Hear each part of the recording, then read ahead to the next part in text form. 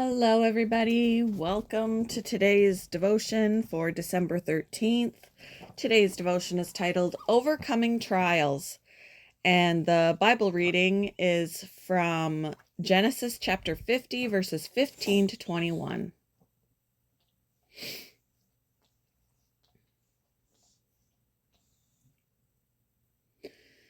When Joseph's brothers saw that their father was dead, they said, "What if Joseph holds a grudge against us and pays us back for all the wrongs we did to him?"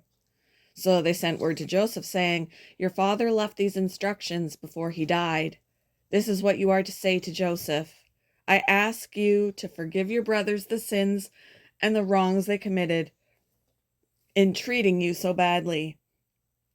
Now, please forgive the sins of the servants of the God of your father." When their message came to him, Joseph wept. His brothers then came and threw themselves down before him. We are your slaves, they said. But Joseph said to them, "Don't be afraid. Am I in the place of God? You intended to harm me, but God intended it for good to accomplish what is now being done, the saving of many lives. So then, don't be afraid. I will provide for you and your children." And he reassured them and spoke kindly to them. Anne grew up in poverty and pain. Two of her siblings died in infancy.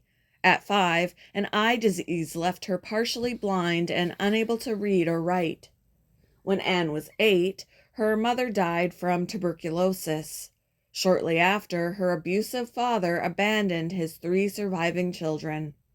The youngest was sent to live with relatives, but Anne and her brother Jimmy went to Tewksbury Almshouse, a dilapidated, overcrowded poorhouse. A few months later, Jimmy died.